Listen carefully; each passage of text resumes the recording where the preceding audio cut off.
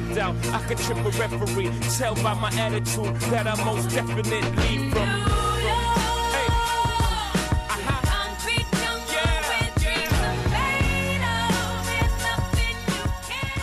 Hello, hello everybody, and welcome to another This Week in Startups. It's episode 70, 70% of the way to 100.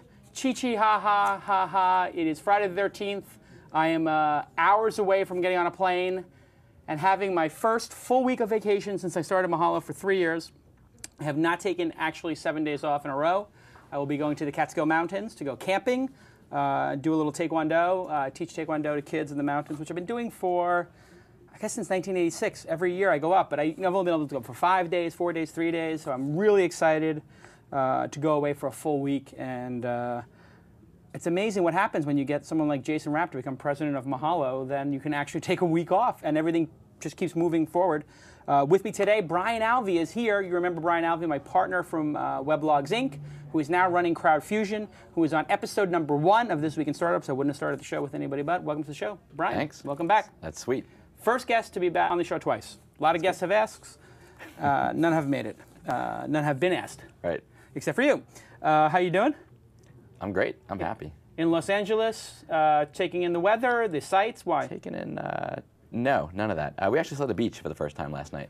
Did you really? Pretty good, yeah. No, we have, our company's doing really well. We got a bunch of customers out here. I live and work in a basement in New York, and I have 3 massive customers in LA. So I've got to come out here and hang out with them. Soon you'll be moving to Los Angeles. No. We're getting customers in New York. We're fixing that imbalance. And the customers are not disclosed, I guess. We're not really talking about it yet. You don't want to talk about it. It's been very successful. Yeah, it's really good. So we'll talk about it more soon. Right. But we just want to get them launched. I mean, I don't like. But talking it is true that one of the customers is a top 50 site. Yeah, no, they're awesome. They're great. They're big. But one of them is a top 50 site. No, so we're working with like big media companies. Yes. Yeah, we're having a great time. Yeah. And one of them is in the top 50 sites, gets huge amounts of traffic. Yeah. Like colossal amounts of traffic. Yeah. They break a lot of news. They break a lot of news. We're going to leave it at that. And very impressive that you got them as your first client. And I know the clients because we had dinner earlier this week. And actually, you introduced me to the Flick guys, who were on Tuesday. I did. Pretty interesting company. I like them a lot. Yeah. And I see a lot of stuff with you with Open Angel Forum in New York. Yeah. So what, 200 companies in the last bunch of months? Yeah. Watched a lot of things at TechCrunch 50. And it's rare that I see something I think I can bring something to besides maybe investment money. Right. But I can also help them with, there's platform stuff or just business advice. There's value add there as an angel. So you're actually thinking about it as an angel. Me too. Yeah, no, I like it. On first glance, you hear like movie information from Twitter, and you think, well, who isn't doing that, right? Who's not looking at Twitter for stuff? Right. But it's the execution. It's a sexy site. I think I'd use it. Like that's a big test. We do that with our customers too. Like, would I use this thing? I think that is the ultimate test, and actually that's my angel investing thesis is, can I use this? If I can use the product like Blippi or Challenge Post or whatever, or GDGT, if I can use the product. Reportive. Reportive is incredible. Yeah, I would love to see that. I sourced Reportive actually. I found them on, I think I was reading Lifehacker, and I put it in, and I was like, this is amazing. So I just email like info@, and the guy gets back to me. He's like, oh, I love your blog or whatever. And I was like, can you come to Open Angel Forum? Because I really think that you guys have raised money. He's like, actually, we're thinking about that and Y Combinator. I was like, get out here. And sure enough, they raised a bunch of money. I was doing searches for using Gmail for CRM because it's so close. All your stuff is there, but you want to do CRM. How do you do that? Found them, and I looked at it, and it was like, okay, Firefox only plugin. I got to get Reportive on program. Yeah. And the great thing about Reportive is it has this wrap leaf thing where you plug into the architecture of a third-party connection. So, for example, you can connect Crunchbase to it. So if you email me, it's like, oh, well, Brian Alvey is in Crunchbase. Here's his Crunchbase profile. So in addition to the LinkedIn, Twitter, whatever, it will give you the Crunchbase information. But the best one is MailChimp. Okay. So I started using MailChimp for Jason Nation email newsletter, which you named, actually, Jason Nation. Love that. And Brian's very good at naming things. And I can see if you're subscribed, if you email me, I can see next to you if you're subscribed to my list. So the custom stuff, that's what I looked at, right. In addition to knowing if you're subscribed, I can see which of the newsletters you've opened. So think about how sick that is. Like it's exactly. demented. Are you stuck in Firefox doing that, or can you do that? No, I can do it in Gmail. I use Chrome. That's what I mean. Okay, great. Yeah. Because that was one of the things. Like it shows you LinkedIn stuff, but it's kind of like a guess. It is this guy on LinkedIn, not it's your LinkedIn. It's your stuff on him. So cool. psyched about them. It's a really brilliant, brilliant product. I'm very proud to be associated with it. And another brilliant product I'm proud to be associated with is Trada. Trada. Neil was on the show. It's the first pillow giveaway. As you can see here, I have these pillows. This Weekend pillows made by Trada, our friends from Boulder.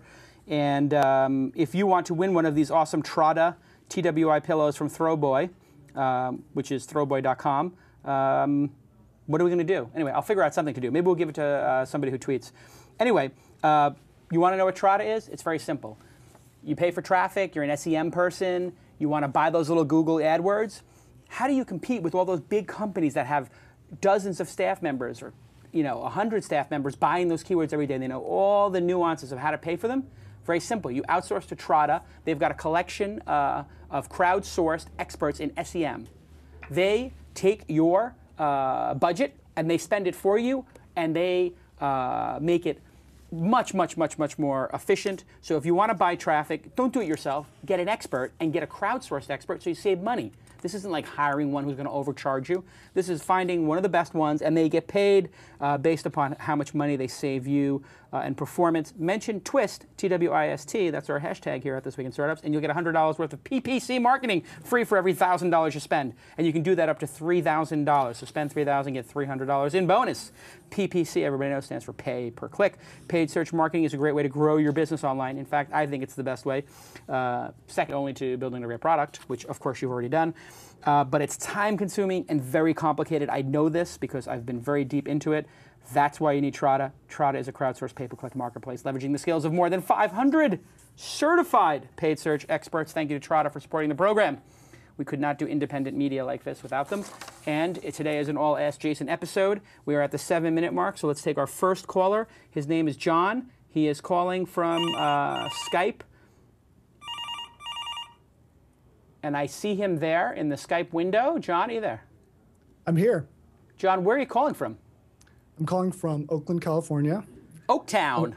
I'm a big fan of the show, going all the way back to the early episodes with homework assignments. Yes. And the Deadpool. Yes. Good stuff. We had to take out some segments because the show is too long, but everybody remembers Homework and the Deadpool were great segments. Yeah. Maybe we'll bring them back when the show goes to 3 days a week, but I don't think I can do the show 3 days a week, although it sort of feels like that's where it's going. Where are you calling from, John? Calling from Oakland. Oh, right. I asked you that. I didn't get a lot of sleep last night. Oaktown, as we call it, so that means right over the Bay Bridge. Correct. Awesome. And or what do they call it? Oaksterdam now? There's a little bit of marijuana being smoked over there, I understand. I've heard that. Yes. You have a question for us. Let's hear it. Yes. So my company has built a web app for the biotech and pharma industry to help with clinical trial management. The app is called Simple CTMS. We launched it a couple of months ago, and last month we started promoting and advertising online.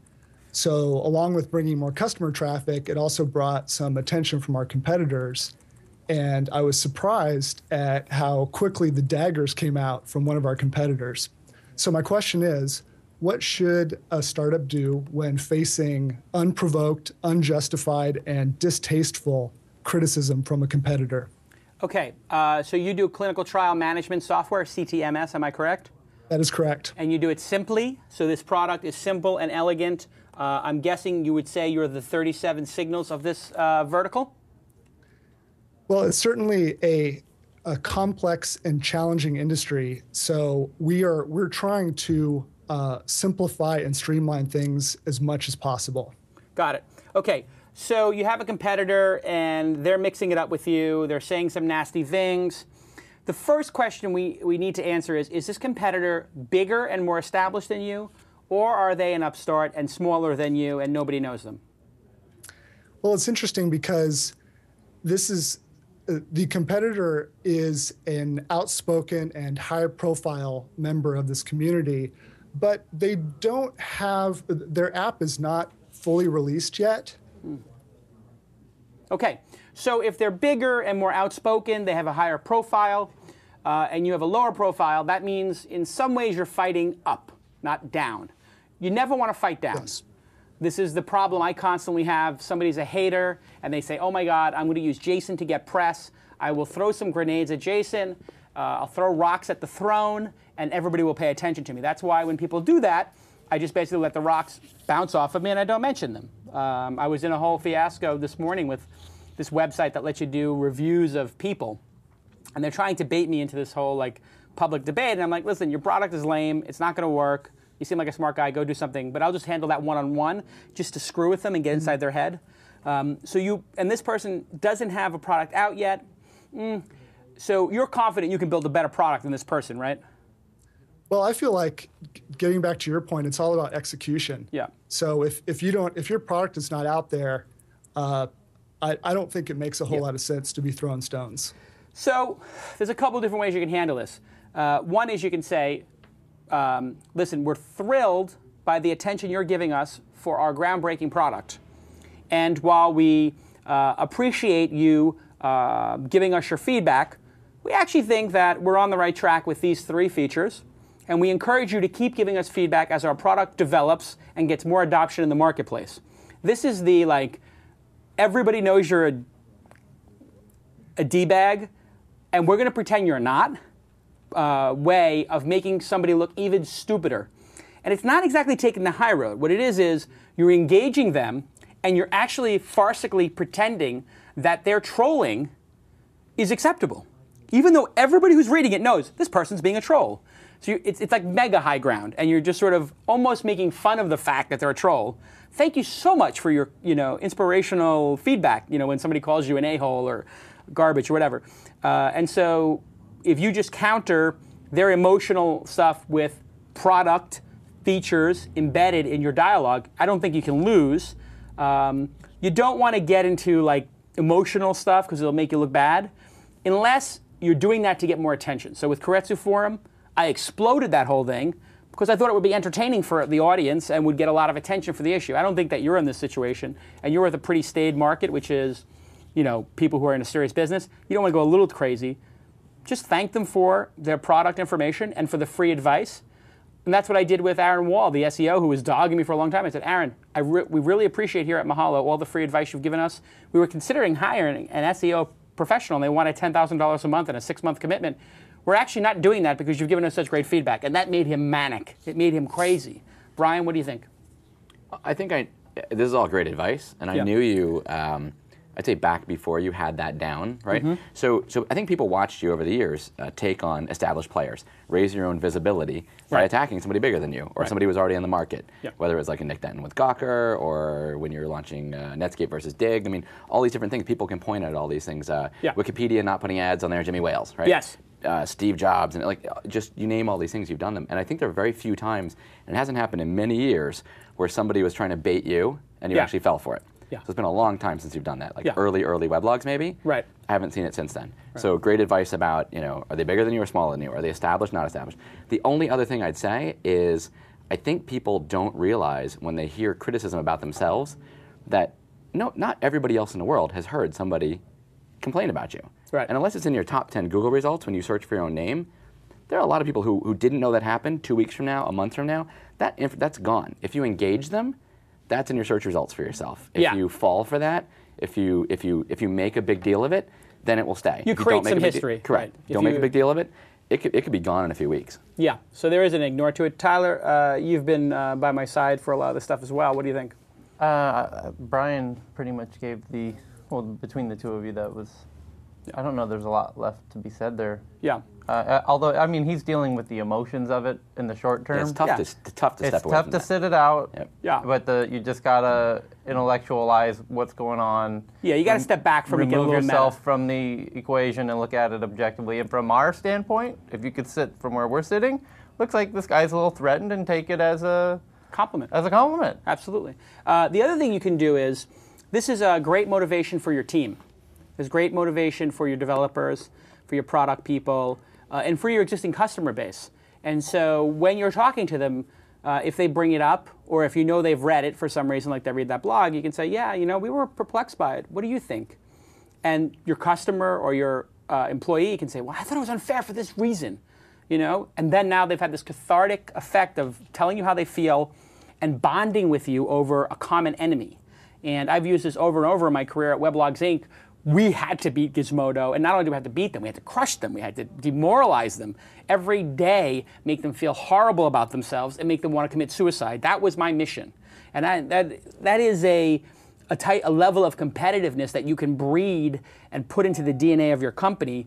That if somebody messes with you and somebody's competing with you, you just want to get inside their head. Any feature they do, you do 10 times better. And just demoralize them over and over and over again. And it will make them wake up with a loser attitude every day. And that's what you really want to do with a competitor like that, is make them feel like a loser. So if they haven't, released their product, just keep releasing product. Keep releasing those press releases like 2.1, 2.2, 2.3. And the way we did that at Weblogs Inc. was we just kept releasing blog after blog after blog and advertising deal and advertising deal. And it just made people infuriated who were competing with us that we were, going into so many verticals. And it really woke up Nick Denton, and he gives us credit. He says in Wired Magazine that was the motivation he needed in life, because he just was getting his butt kicked over and over again by Weblogs Inc. So use it with your team. Get them motivated. Was that helpful? Great advice. All right. Thank you for 70 great episodes. Appreciate that. It's why we do it. And we're going to send you one of these Trotta pillows. How about that? Love it. A little This Weekend Thank pillow you. from Trotta. Love for you. Okay, let's take a look here. We did our first call. That was the 7-minute mark. And we are now at the 17-minute mark, so we're doing really well. And you know who else is doing really well is DNA Mail. DNA Mail. Everybody loves DNA Mail for their fully hosted, managed Microsoft Exchange and Google Apps email. It's much more economical. You pay by the user. There's no other cost, no service. It's totally reliable, 99.9% uptime. And you don't want to manage your own email servers. You don't manage your own email servers. You outsource that, of course, Brian. I used to. Used to, and it used to be painful. Yes, used to manage our email servers and have all kinds of people blowing up their email servers, and God, having just days and days of your life. You think about that back in the old days, probably 2 weeks of every year was dealing with the email server. That becomes, in a way, another 4% you have to spend on your startup company, and there's no better person to partner on it with than DNA Mail, at DNA Mail on Twitter. Tell them your Uncle Jason sent you, and do me a favor on your Twitter stream right now. Take a moment to say thank you to @Trotta, ATRADA, and thank you @DNA Mail for sponsoring This Week in Startups. They love to hear from you, and that social media recognition, that social proof, as people are calling it, it's evidence that you watch the show and that you really care about the content on the program, the community. And boy, we couldn't do it without these kind of great sponsors. Let's do our next call. It's Ray. Ray, are you there? Yeah. Hi, Jason. Good to see you. Can you hear me? Yeah. I love your blue background there. I just have to say for a second here, are all Skype calls now have the Skype logo in the top right? Is that? I'm not sure. Yeah, we're basically seeing a Skype logo in the top right. I think Skype is now a sponsor of the show.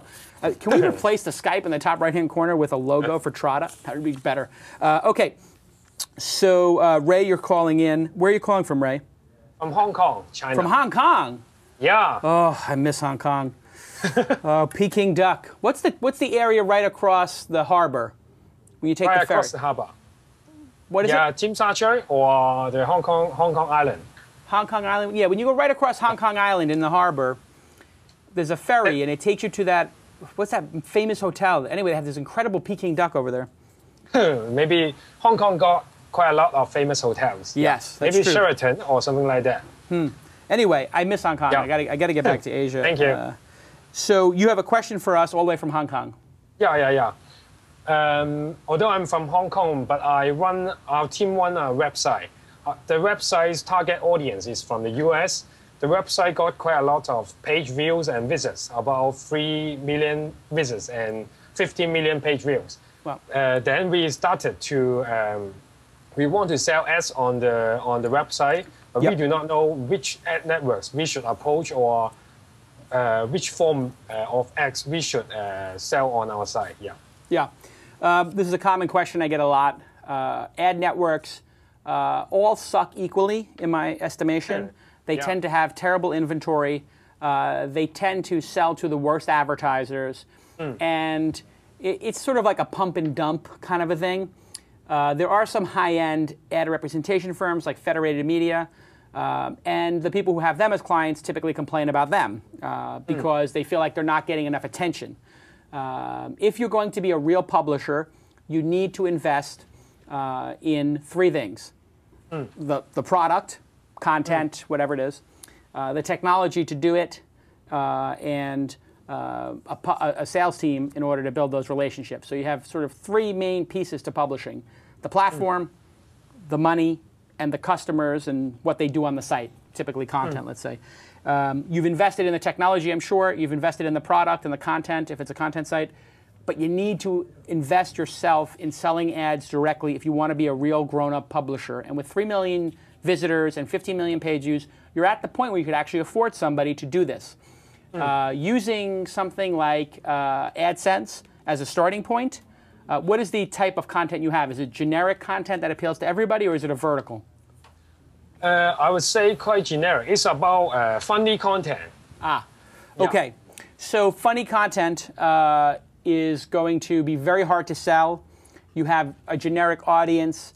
It's going to be very hard for you to get high CPM stuff. So what you probably want to do is you can run any type of ads, or here's another suggestion for you. If you're smart enough to build a site with 3 million uniques and 15 million page views, perhaps you're smart enough to build a service that people would be willing to pay for, or another service that has a high CPM. So what would have a high CPM? Consumer electronics and gadgets, right? Cars have a high CPM. Travel, pretty high CPM. Dating sites, high CPM. So let's say you specialized in dating, and in between your funny stuff, you wrote content about dating, and you built a plenty of fish kind of site, or you started doing affiliates and you started doing ratings of dating sites, or a feature story about which funny things that happen on dating sites and which ones work and which ones don't, and then encourage people to sign up for eHarmony or whichever services. You can integrate the content and your mission into some very specific vertical: cars, travel, health, dating, that have a high CPM. Right now, you'll never make money off this content. You'll be lucky if you make $2, $3, and plaster your site with a bunch of garbage. And so if you make... That's not what we want, yeah. Right. So you're going to make $1 or $2 off of this content, which means you're going to be making $15,000, $30,000 a month. Maybe you can make $45,000 a month. It's going to be extremely hard. And you have competitors like Break.com, which are doing custom, wrappers with, display advertisers that make maybe a $15 CPM, but they're working... They have a sales team of 50 people doing that, and they have scale and hundreds of millions of page views. So you can't compete with them yet. So you have to find some niche that you can own. I think, I'm just thinking off the top of my head, but I would look at what are the things that make the most on affiliate revenue, people signing up for something. What are the things that make the most money in terms of cost per click? And try to zone in on one of those and naturally integrate them into your content stream. So if you have funny, stupid content, you can figure out a way to make dating funny and stupid, or you could figure out a way to make cars funny and stupid, or gadgets. Brian, what are your thoughts? I agree right off the bat with the ad networks. They're horrific. Punch the jumping monkey is my, get rid of my belly fat, the yellow teeth. Those are horrible. And so whatever you make, if you're supposed to make more off of them than like an AdSense or a contextual or an Amazon, it's not worth it for all the people you drive away with the crap ads. Correct. It's just a giant turnoff. Blinking banners, leaderboards, right? All that stuff, terrible. So definitely contextual. Keep it, matching your site, relevant to the stuff. But like you said, it's going to be really difficult to monetize when you have AOL Mail or MySpace. Historically, they were like giant traffic, 25-cent CPMs. Yeah. Really bad. It's a horrible business, and it's not targeted. So find the other ways. The affiliate stuff, like you said, get distribution deals with other people to drive targeted traffic to other people's sites.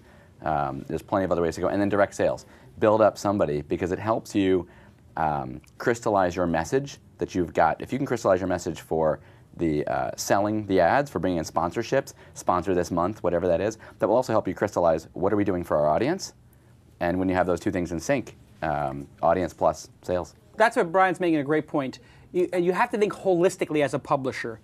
Something happened on the internet, probably because of Google AdSense, that people as publishers thought, well, I produce great content and I'm getting traffic, therefore I deserve to have a business. That's not actually, you've only done half the mission. You've addressed half of your customer base, the consumers who will read your content. The other half of your customer base are the people who want to reach those people. And if you have those conversations constantly between the two of them, where you're talking to your audience, putting a survey monkey from your audience, what are your favorite products? What are your favorite brands? You go to get SurveyMonkey for $199. It's an incredible product. And you use SurveyMonkey to query them as to what content they like the most, et cetera, and make it a funny survey. You might actually learn something from them of what they want. That's also monetizable. And do some research on what are the most monetizable cost per click things. Maybe it's the Flip digital camera. When that came out, I think they were paying like $30 for every one you sold. So then you do a thing where we're going to do stupid things with the Flip camera every day, and you run around Hong Kong or encourage people in the United States to do stupid things with their Flip cam. You make funny videos, whatever.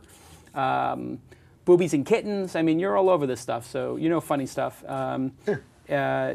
If you look at sites like Weblogs Inc., we were in the process of kicking out ad networks because they were just detracting from our ability to get to please the customer and to get direct ad sales. We went, with direct sales, obviously, and house ads when we weren't doing direct sales were more effective for us. So build our other brands that we're launching, and just not worry about when we had excess inventory, which is what Nick Denton's doing over at Gawker. They've kicked out ad networks.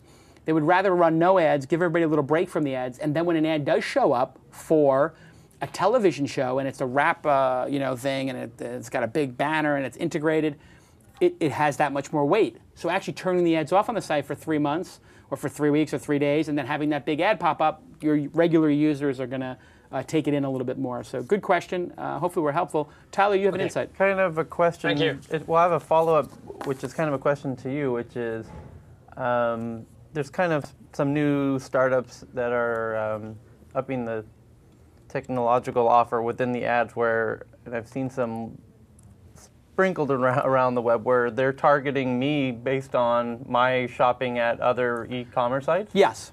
So really, in his case, he has kind of, no offense, the crap content sort of play. Right.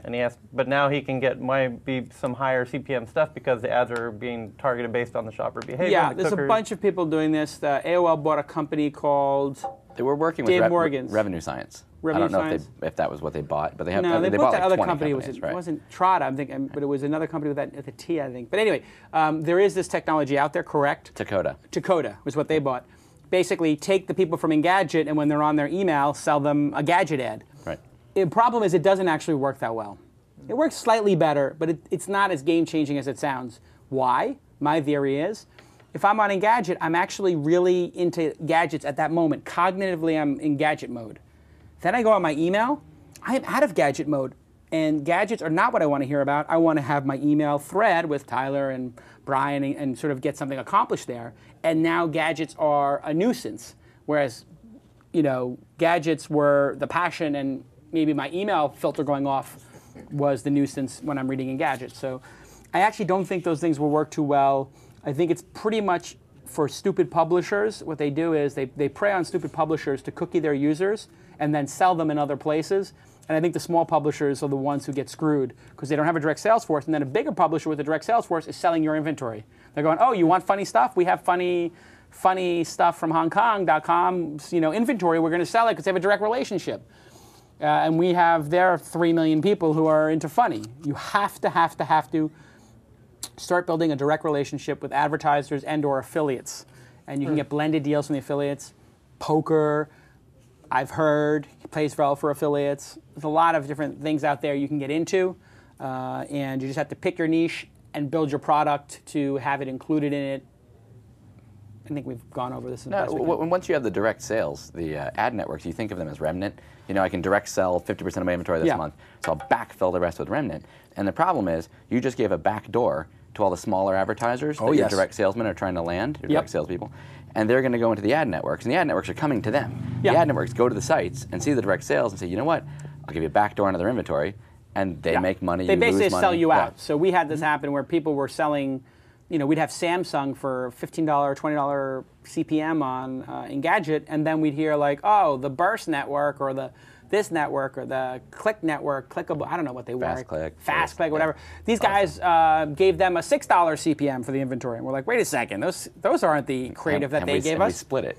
Yeah, and I'm like, wait a second. So so don't do that. No backdoor to the inventory. If you want these users, it's high quality.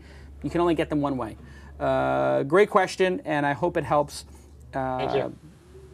Thanks for calling. What time is it in Hong Kong? It's about 2:45 a.m. Yeah. 2:45 in the morning? Yeah. I know a lot of people stay up in Hong Kong. Thank you for calling into the show, and we'll talk to you soon. Get some sleep. Yeah, sure. Wow. That was a great call. We're moving right along here. Everybody seems to be doing good. Everybody, let's rate. Let's rate. How did we do on the call about advertising? How did we do? Scale of 1 to 10. How helpful was our answer on ad networks? Ad networks, the number in the chat room. Tell us how we did. I see a 9. That's good to know. Right out of the gate, 8. People feel like we did a good job, 9 plus. Can't ask for more than that. And you can't ask for more than having partners like Ustream and TriCaster. TriCaster has had the technology that makes everything possible here at This Weekend, not just on This Week in Startups, but across the This Week in network, which is now 17 shows and over 1 million downloads for each for those shows collectively. Number of our shows are over 100,000 downloads a week. Thank you to TriCaster, which is a studio in a box that makes all of this possible, and Ustream, of course, for flawless streaming since we started. Thank you to our partners, TriCaster and Ustream, for all they do for us. Next up, we have Sam. Sam, you're on the show. G'day, Jason. Good to be on the show. Where are you calling from, Sam? Canberra, Australia. Australia. What time is it in Australia? 3 a.m.? 4:45. 4:45 a.m. People getting up early to watch the show. Now, which part of Australia are you in? Canberra, the capital, about 3 hours from Sydney. Oh, okay. Well, Tyler and I had a wonderful time when we were in Sydney. We went to Longrain. We went to, what's that place? Wheels. We got those pies, the meat pies. Pies on wheels. Wheels on pies? You know what I'm talking about? Yeah. Down by the water. Down by the water. You know that, Sam, or no? No. But you can't beat Sydney. You can't beat Darling Harbour. Yeah. And then we, what else did we do when we were in Sydney? Anyway, we had a great time in Sydney. What a wonderful country. The people are great. You have a question for us? I have a pitch for you, a Shark Tank pitch. Oh my God, I forgot. This is the Shark Tank. Shark Tank is back. Let's play the intro music. That's what I want. That's what I want. What I want. That's what I want. Ah, yes, Shark Tank is back. Shark Tank is back. Sam, you know the rules of Shark Tank. You have 60 seconds to pitch us on your idea. We will then brutalize you in the chat room and make you regret doing so. Just kidding. We will then score how you did on 2 metrics. 1, how good was your pitch on a scale to 1 to 10? And then second, we are going to grade you on how good is your idea. People in the chat room know, just put 2 numbers. First is the pitch, then a space, and the second number is your idea. Or you can just put pitch, the number, and idea, the number. Are you ready, Sam? I am. Okay, we have the clock at 1 minute. Ready, set, go. Customer Cradle is a web subscription service that aims to be Google Analytics for offline businesses. It's a marketing and conversion metric system. For every phone and walk-in inquiry, in 3 seconds, a business can store how the inquirer heard about the business, what action was taken, and the outcome. Customer Cradle reports can easily tell a business which advertising is working, which staff member converts inquiries into sales most effectively, which branch location is most efficient, and much more. Businesses could store this sort of information using CRM software or vertical-specific business management software, but they don't. Research tells us most businesses do not record the key information about inquiries because it takes too long or their software doesn't match their workflow. Customer Cradle is a 3-second addition to any workflow. We have travel agents, printing companies, fitness clubs, and accountants using or intending to use Customer Cradle. You have to know your business to grow your business, and that's what Customer Cradle is for. Boom. Boom. Wow. I love it, and I was pulling up your website while we were doing it. This pitch was excellent. It was well done. You took up the full minute, but there was no moment when it dragged. I understood completely what you're doing. You are doing Google Analytics, what a great metaphor, for stores. And you ask people, how did you hear about us? Did you hear about us on the radio? And you have the ability to track how the employees did conversion. So did the people who heard about it on radio actually buy the product? Did the people who heard about you in an ad in the newspaper buy the product? Or if they heard about it from a friend, did they buy a product? Maybe people who are getting referrals, you find out 85% of them buy something, and people who hear about it on the radio, only 55. So maybe you should do more coupons for the people who refer people and give them referral coupons that give them 10% off if the person uses the coupon, rather than spending your money on radio. What a great pitch. And you also explained, my God, because I was going to ask you, there must be people doing this. This seems obvious. And I've gone to places where they ask you that, and I can tell they're on the keyboard and they're typing. You preempted my one question, which would be, what's the competitive landscape like? And you just basically annihilated it, saying they're too complicated and they don't work in the workflow and they're not customizable. I actually could see that being the case. I looked at the website. You built a lot of credibility by having a well-designed website that really explains it right at the front page of the website. There's really no guessing here. The website could be designed a little bit better, but that's a little nuance. I'm sure you'll get there. I give your, well, I'm going to withhold my pitch. Brian, what did you think? Oh, the pitch was great. In 60 seconds even, maybe 59 and a half seconds. That was well done. So I liked it, 8 or 9. It was up there. Idea-wise, I want to know how it works. So there are a lot of things that say, I will help you get this job done. CRM solutions suck. You have to go to another screen. You have to do this. So is it a phone integrated product? Is it a screen thing? Are they typing while they're asking Jason? How did you hear about us? Things like that. Can you text into it? What's the Is it an iPhone? The smooth and easy capturing method that lets me, passively sort of like that's part of my job without stopping. Because you never want to profile somebody, you want to passively get that information out of them. So I'd really want to know how it works. Show me a person taking a call and show me, them doing that. Would you like me to respond to that? Yes, go ahead, briefly.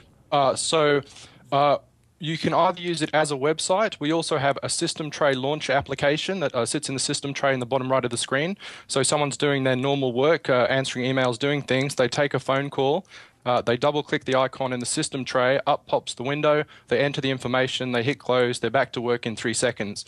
That having been said, it is actually a website. So we have the ability for people to get information into the website without having to open up a web browser using our system tray launcher. Can you attach this information to other popular CRM programs like HighRise or Salesforce? Currently you can't. That's a possibility. Yeah. To me, the integration with, I have my customer base. We have 1,000 beta signups for CrowdFusion, and I want to do a CRM thing with them. And how did you hear about us? If that's in one system, and I've got my 1,000 people over here, I need those linked. I need to look at one and see, like we were talking about Reportive. I need to look at my mail and see my LinkedIn on them or my other stuff. The stuff. Connections between these things is going to be critical to sustainability and getting the high-end clients. I have MailChimp now connected to my Reportive, and I have SurveyMonkey, which has information in it that we're collecting, that we're going to try to correlate with those things. I mean, it's just everything is coming together, and you have to be able to get this information into the person's CRM system as a note. Just, this way, if I pull somebody up on a sales call, I can say, oh my God, this person, we took these notes on them, they heard about us from a radio ad. So maybe it's 2 years later, and this person calls back in, and oh wow, they originally heard our radio ad. That's how they first heard of us. You can sort of start to see that pattern. So if you don't have that integration, that's why I won't use you. So right. that is the big obstacle, people to adopt you. Because I looked at it, it doesn't match with where all my rest of my stuff already is, and they're going to walk away. So and this is going to get built into other software. So for example, I was going to do a survey of my readers of like, what would you like to hear in terms of, from my email newsletter. And I go into if you go to jasonnation.com, you can see it. I'm pulling it up my screen. I just said, what are you interested in? Because they now have this on the sign-up form in MailChimp. So I could just say to them in MailChimp, hey, are you interested in venture capital conferences, This Week in Startups, Open Angel Forum, TechCrunch 50, now the Launch Conference, Mahalo, This Week in Startup Advice, or my take on short breaking news, which would be like a second email newsletter I do, and I just write 3 sentences and forward a news story. So anyway, other programs are going to start getting into this area. You need to get into their area. APIs are the perfect way to do it. Tyler, your thoughts? And your scores, please. That's platinum pitch status. It's 9.5. Yep. It'd be hard to improve. Hard to improve the pitch, I agree. Yeah, idea-wise, I think the real gravy train starts happening when you tie it to the POS. And it doesn't seem like you are, but wouldn't you want to track what the customer's purchase was, and then you can see the real effective ROI on any given marketing Yeah, it seems like platform. your service stops at they made a purchase or they didn't. Right. I think some more granularity there, like did they make 10 purchases? How long have they were a customer? Did the radio customers stay with us for 10 purchases and the people referred by a friend stay for 20 months? What are your thoughts? Yep, fantastic feedback. A lot of the things you mentioned we've thought about and talked about, but yeah, it's great validation to hear you guys say it. I think one of our advantages is simplicity, and a lot of systems that try and do this fail because they try and do too much. So we want to keep it simple. Right. So keep it simple, but for those power users, I guess our suggestion is at least give them the option to add it. So you can start with simple, but if you don't want to lose your customers, you're gonna have to at least give the ability through APIs and other things to tie these things into the POS. POS? Yeah. Point of sale. It's the other POS. It's the other POS. Right. I mean, you guys saying POS. I'm like, wait a second. Okay, great job, Sam. My scores were a 9 pitch, almost perfect, and I think the idea is like an 8.5 to a 9. So I think you're right up there. What's the status of the company? Did you raise money for it? How many people work at it? There's 2 people. I'm full-time. I have a partner who's part-time. We haven't raised any money. We're bootstrapping. Great. We're not... Yep. Customers yet? Yeah, we have less than 20 customers, but our real-world marketing, our cold calling and going out and reaching to people has had great response rate. We haven't sorted out our online marketing yet. We haven't got our ads going. Right. Well, this is, I have to say, incredible progress for a 1.5-person company.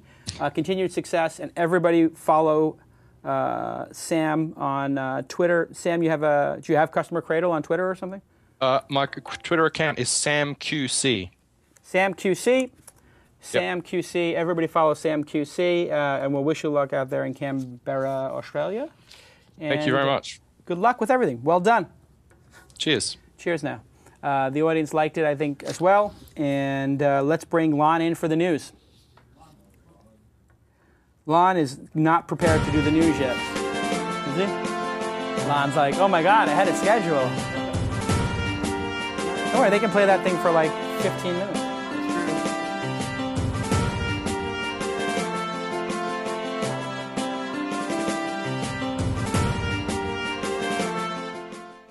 Yes, the audience is wishing Lon good luck. Look at Lon. Beautiful shoes, nice new jeans, a beautiful blue shirt tucked in. I love it. Doing good. Doing good. Lon is again. looking sharp, looking sharp. Lon, you remember Brian Alvey, of course? Of course. Great to see you. How you doing, Brian? Lon now left Mahalo and now is the creative director of This Weekend. Number 2 guy in the company. They're giving me a 10 already in the chat room. Nah, news of 10. I haven't even done anything yet. Wow, look at that. Lon's mom, 10. she wow, great loves, scores. She loves the show. We have to have your mom call in. She would love to. She wants to get on the network. She does? She would love to. She pitched me on This Week in Education because she's a 3rd grade teacher. All right. We'll have to have like a mom episode where we have. For Mother's Day, we should have Oh my all of our God, that moms would be come in. so great if we had Tyler's mom, I know, my mom, and your mom. Yeah. We should totally have a mom show. Just We should definitely do the Absolutely. moms, the startup moms. startup moms. Okay. Tell us what's in the news. Sure. The first thing I want to add, because people were asking, we put that Skype logo up there. Yeah, We they were- do. They were We correcting did that. They already got to that? Yeah. Okay. Skype actually asks in their terms of service that people do that. If you use it for. If you're broadcasting a Skype call, you should put a Skype logo on it. that's what very they nice. say. Yeah. Fair enough. So we want to be in compliance. Okay, on to the news. Google has unveiled a new voice recognition feature for the latest Android phones. The new application is called Voice Actions. It allows people to tell their phones verbal instructions for things like sending emails, making calls, getting directions, playing music. It's a free app, and so far it's only available for Android 2.2, and it's going to come preloaded on Motorola and Verizon Droid 2 phones. So there already was sort of voice command, but it was very basic. This is much more elaborate. You basically tell your phone, I want to hear the Decemberists, and it'll find a song and start playing it. So Android phones take it as a category, already outsell iPhones. Do you think that trend is going to continue? And what about Siri? Apple purchased the personal assistant software Siri that did something similar. Do you think that's going to become a bigger issue now that Google is getting ahead of them? Clearly, something has to happen with the texting and driving and the distracted exactly where I was driving. going. Yep. And that's what this is all about. People are dying frequently and crashing cars and getting injured. I mean, it's a really serious issue. I don't know what the statistics are, but I'm going to guess like a third of all accidents are because of this. Yeah. And I think it's got to be more than drunk driving. I mean, seriously, if you gave me the option, here's one person, here's a teenager texting, or just, let's forget about teenager. No, they say that. Texting is your worst driver than when you drink. Right. So if you told me texting, you're just not looking at all. Yeah. And so if you told me like you want somebody doing their email or having 3 cocktails, I mean, obviously I don't want either, but I would rather be driving next to the person who's drunk than the person who's texting. They're not even looking at the road, to your point. So I think we're going to see a lot more legislation about this. I think if you get caught texting driving, it's going to get more and more serious because we're going to keep having. What will happen is there's going to be a couple of high-profile deaths, sadly. Yeah. And somebody high-profile is going to get killed by somebody texting, and they know, just like that train accident when people texting, and people are going to start taking this issue seriously. Definitely. And I've had to take it seriously myself because we're in stop-and-go traffic here, and I'm thinking like, well, maybe I should take out my phone and check some email, whatever. I just basically turn my phone off. I put it in the glove compartment. I put it in my jacket. I zip it up, and I don't even want. It's such a short trip anyway from my house to the office. Yeah. And I think people have to start making that commitment of the time when you're behind the wheel is not the time you're doing email. Take it as a moment of enjoyment and relaxation. To just listen to a nice audio book or the radio or Howard Stern or whatever you like. But it's a very serious issue, and I think that's why there'll be upside in this kind of stuff. And it's going to be a way for Google to own mobile search. If they can make the tools they preempt somebody else, this is one of those lever points that somebody can steal search points away from them. Yeah. And they're just trying to plug every leak, whether it's apps, social gaming, social networking, the iPhone. They want to have the best software for this on the iPhone. Yeah. You know what sticks in my head over this is the accessibility, right? Making websites that blind people can use, right? You think, well, I'll never need that. I'm not blind, right? It's a small market. Do I have to do that? And somebody explained to me one time, they said, all of us are blind at some point. And if you think about, I'm driving, I can't text, I can't look down at that. I wish I could use my phone without having to see it. I wish I could talk to it and reply to a tweet or reply to a text message or reply to something.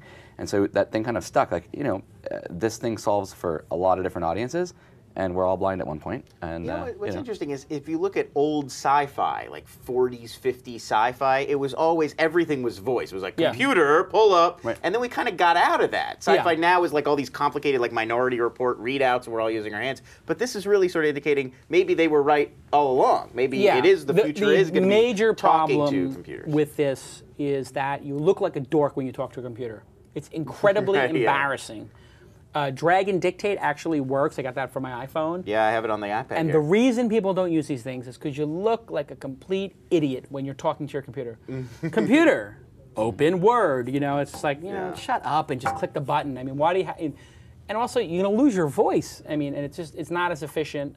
The mouse is less efficient than the keyboard. Yeah. Talking is going to be slower and less efficient than actually just clicking on icons and stuff like that. Sure, in most cases, you obviously can't do it in a car, so it's I think it's sort of. I just don't think the voice stuff is going to become major. Also, it's error prone, so no, it's great for specific situations like you're in the car. I've gotten pitched on it so many times. Like, I have a thing where you can reply to tweets without whatever. I think the solution is going to be on my Corvette. They have a little heads-up display that hovers over the dashboard, and you can see what speed and what your RPMs are, so you don't have to look down at the dashboard. So literally, there is a television between me and the road. And somehow they got this approved. And you can see through it. It's yellow, so it just has a number. You're going 65. If they let you see you have a call coming in from this phone number, people would say, my God, that's terribly distracting. It would be a lot less distracting than trying to find your phone. Yeah, I mean, if you could see it transparently, like in front of you while you're still seeing the road. And so why can't I see transparently? Or something, Why can't I transparently read something?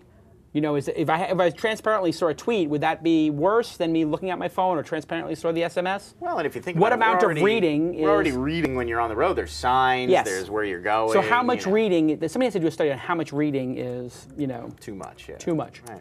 Oh, that's interesting. I didn't think about that before. I'll see if I can find this Corvette heads-up display image. Yeah, here it is. Look. Yeah, they're saying they're comparing that to Iron Man because that's what he does. He's flying around and he's got the heads-up display that's telling. No, look here. This is exactly what I see when I drive my car. It's just a question of attention.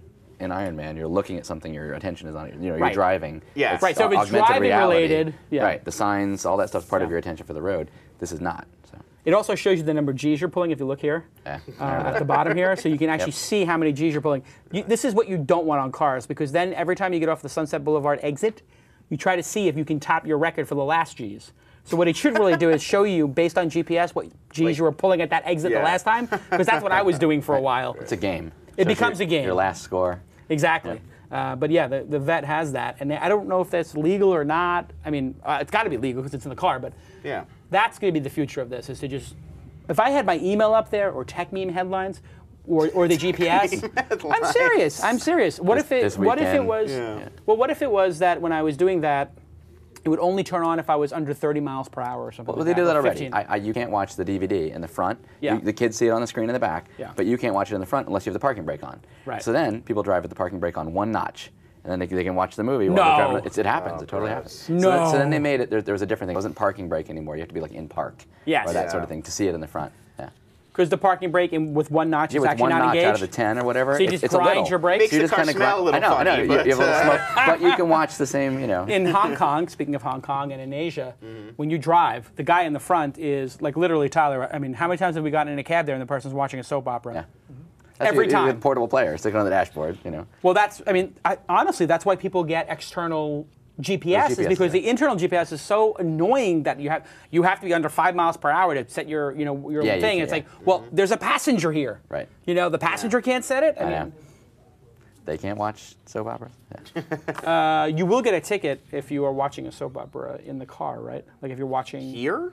In the America? front, yeah. Yes. If there's no TVs should be on in the front of the car, I think is the law. Yeah, but if you just break the law and have your windows tinted 100%, like I do. No, I don't do that. No. There was actually a big story on Steve Jobs not having his license plates on his car, which I know another person with a Tesla who didn't have a license plate for a year and a half, which we're not going to bring up, but I've heard stories of that. Next story. So Oracle issued a press release on Thursday saying that they have filed suit against Google for infringing on copyrights and patents relating to Java. Oracle, of course, acquired Java when it purchased Sun Microsystems earlier this year. They're claiming Google, quote, knowingly, directly, and repeatedly infringed Oracle's Java-related intellectual property, unquote, with the release of Android software. Furthermore, they're claiming Java as a competitor against Android. It's a mobile operating system. So Google is using elements of Java technology without a license. The lawsuit further alleges Google knowingly hired former Sun Java engineers in an effort to infringe on these patents and copyrights. Google representatives aren't commenting. They say they haven't reviewed the lawsuit yet. And just for background, Google CEO Eric Schmidt was part of the team that developed Java at Sun before becoming CEO of Novell and later Google.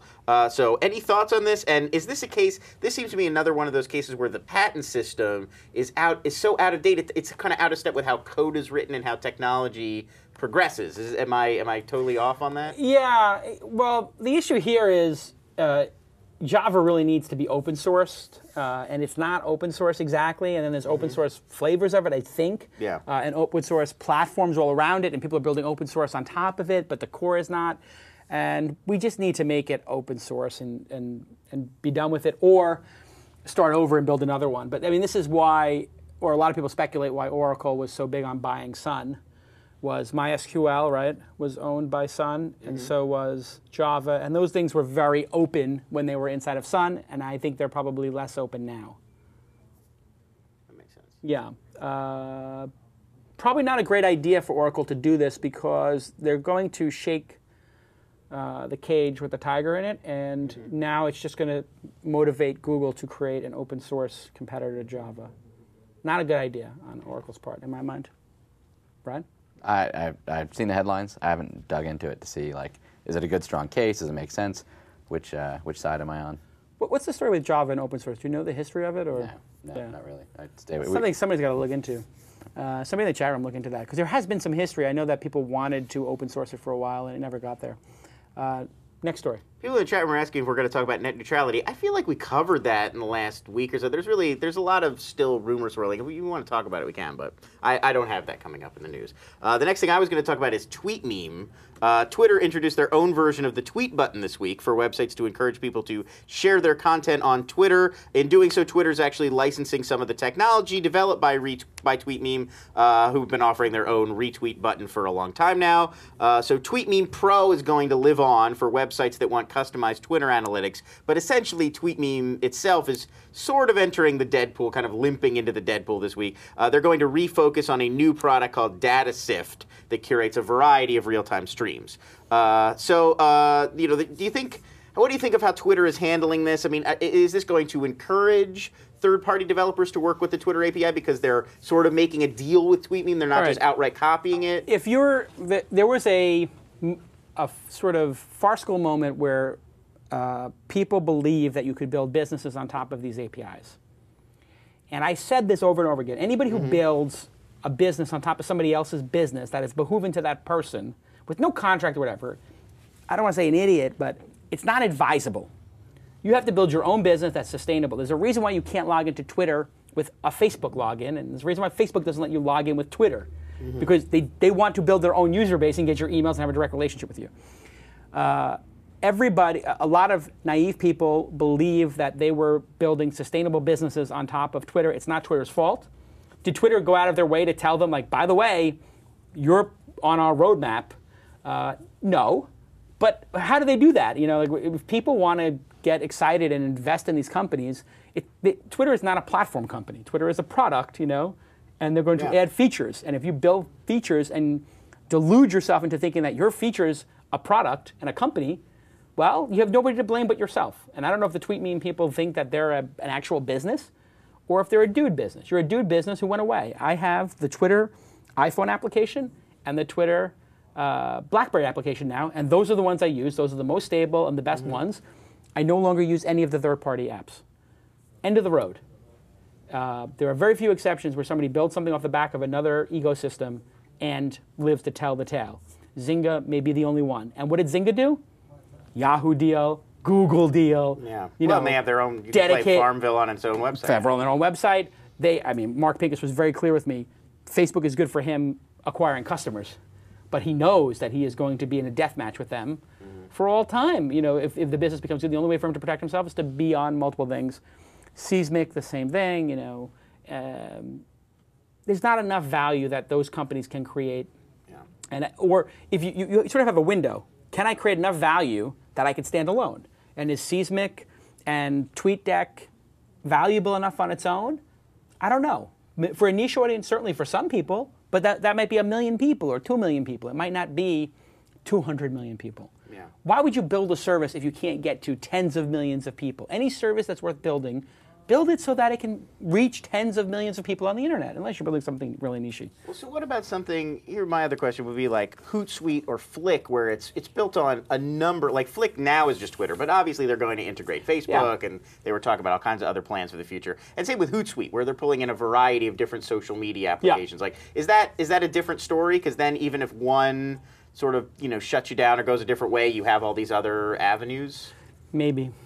But usually there's only two winners in every space. So that means that two people are going to be 80% of the market. It's going to be Twitter and Facebook. And who's the third social network that you really want to, you know, get the sentiment analysis from? None. Yeah. And you can be sure that anything that becomes a large sustainable business, Facebook and Twitter will do.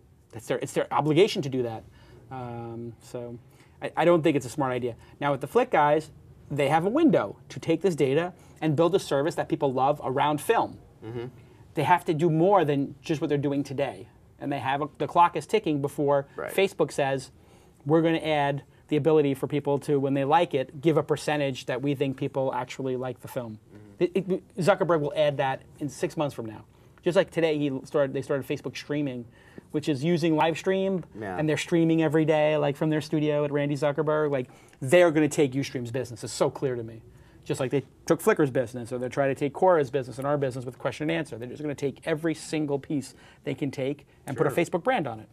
So did they say that the TweetMeme thing that Twitter themselves is using that, right? I think it sounded like they're pulling them in. Twitter actually built their own tweet button. The technology was built at Twitter, but and it was a little vague. They're licensing some of the technology that was developed by TweetMeme, and they have some sort of side business. You may end up with like a patent, and so they need that to pull that in or something. Right. Or with the Tweety, the client for the iPhone, they went and they looked and took the best one. They said, "We'll buy you. The rest of you are screwed."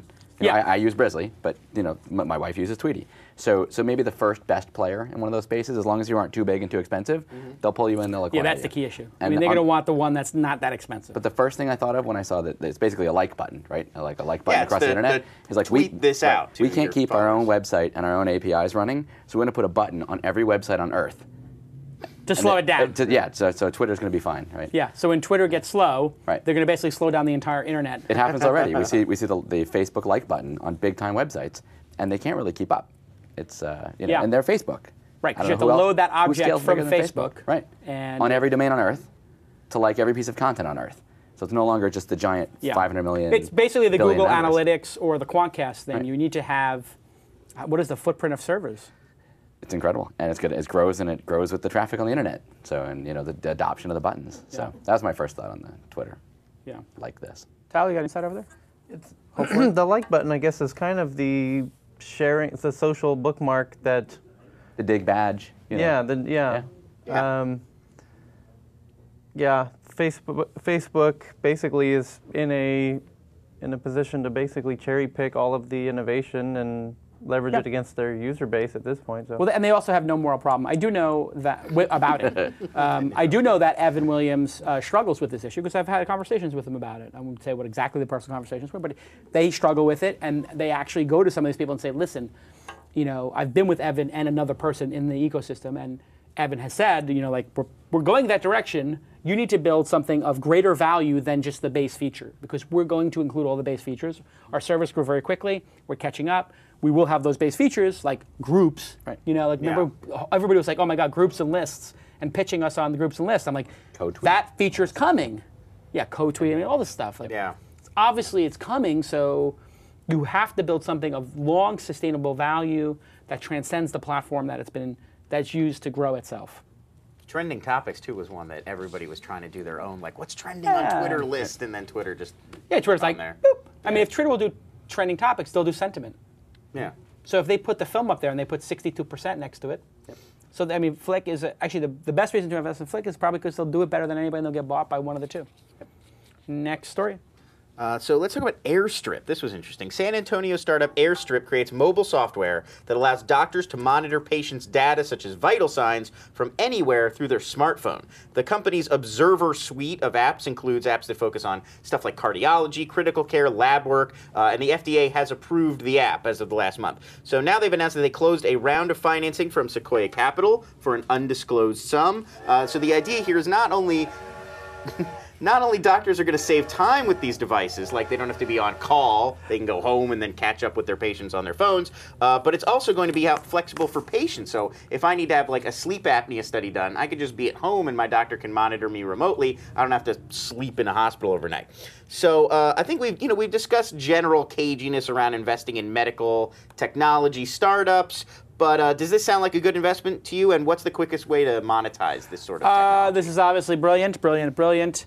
I need a da-da-da-da-da-da charge. Or like kids cheering. I know we have that. No, for I one just of need the for shows. when Sequoia does something good, or we have some victory, like some victory music or something. I do have clapping, right? Where's my? I think so. Should be some applause or something in there.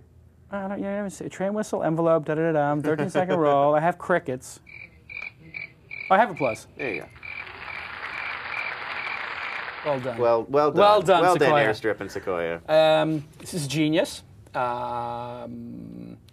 This will be what call centers in India are doing.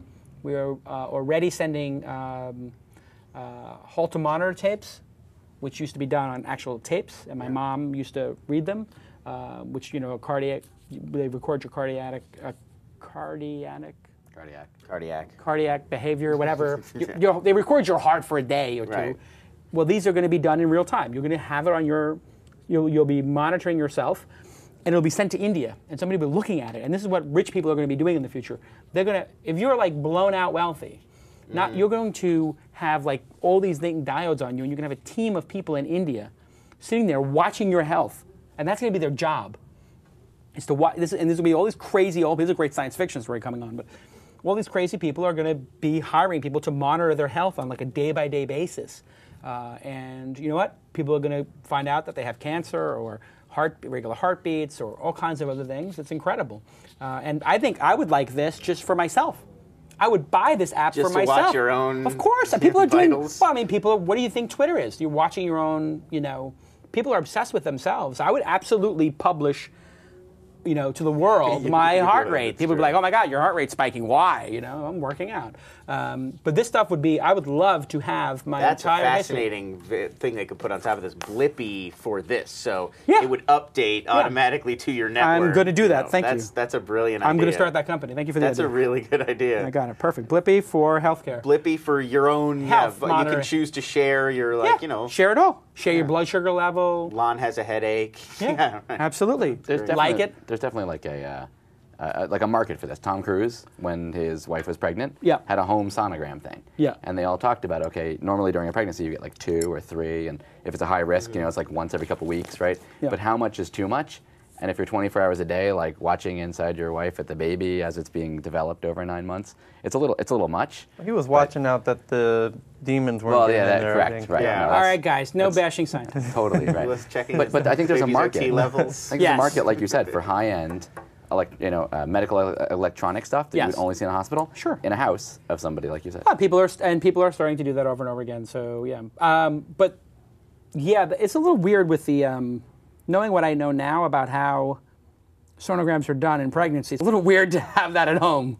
The outside one, not the inside one. Okay. There you go. Not the wand, but the Yes. the rubbing thing. There you go. Yes. Okay. Let's move on. Let's move on quickly, please. No.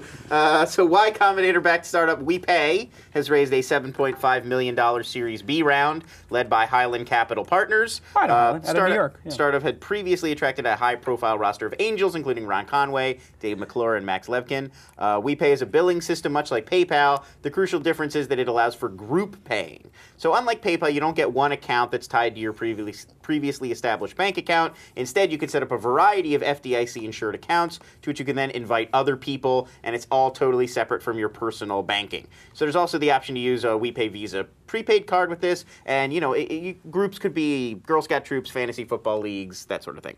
The site earns money by charging a 3.5% transaction fee, and they say they're going to use the new funds to staff up and encourage more sites to incorporate the WePay API into their service. So is this another case of could PayPal just sort of adopt this system? I mean, is this a separate business, and do you think they have a chance of actually chipping away at PayPal? Yes, I was confused by the service. I was like, I think this is very limited, But then I realized I was thinking of it wrong. This is really more like Kickstarter for everybody, without having to explain why you want the money.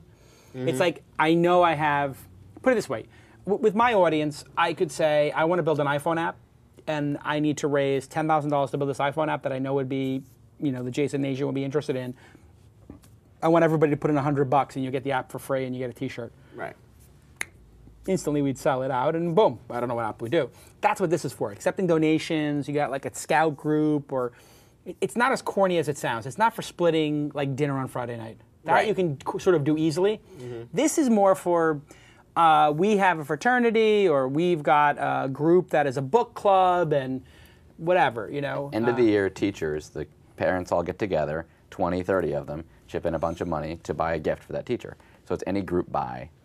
It's on anything an event people basis, want to right? pool their money and need an It's organized way to planned. do it. Yeah. It's not for dinner Friday, but end of the year for teachers makes sense. Yeah, and then if you think about it, you could get a little debit card that just has the money on it. Yeah. Give it to one person, they can go spend all that money wherever they want. It's kind of interesting. It could lead to a lot of fraud. I could see Al Qaeda, as well as the Al Qaeda issue. I could see those Al Qaeda guys raising money on this. Maybe quite a landing page on WePay. No, it's a That'd very be like the Swiss version of it. yeah. No, it's there are sort of these issues. I would rather see this for virtual currencies, where you could group pay for some land in Farmville or something. Nice. Yeah. Yeah. That's our next startup. Brilliant. We pay for virtual currency. So we got Oh my Blippy. God, yeah. got You Weep. can pool your Absolutely. You can pool your gold coins and We Rule. See, and Facebook Did is you get watching. your unicorn yet?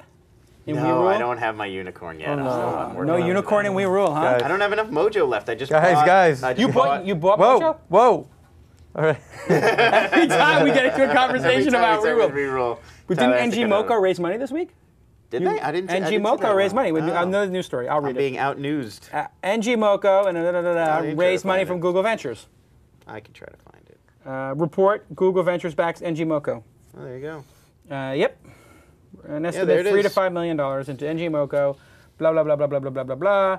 Closed an earlier round in February of 25 gazillion.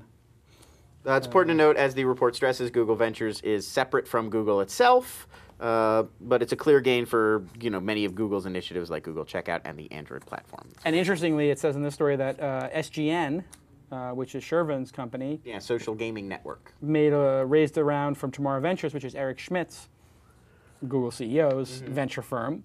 And I know the Shervin obviously runs the Open Angel Forum in the Valley, and the Tomorrow Ventures, Eric Schmidt's team comes to that. So that's kind of interesting. It's like no conflict, no interest. Lots of conflict, lots of interest. Okay, any more news? I have two more stories. Okay, let's do it. This one, this is kind of funny.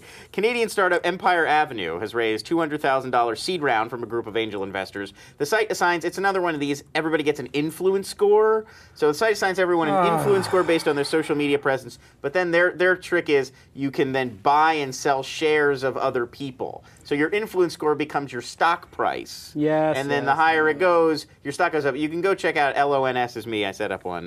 Slash LONS? Slash LONS. And then it's all virtual currency called EAVES, EAVES. So everything you do in social media, posting a photo to Flickr, tweeting, getting blog comments, or getting people to buy your shares in Empire Avenue raises the price of your stock. The site plans to use these new funds to build rewards and to start an advertising program.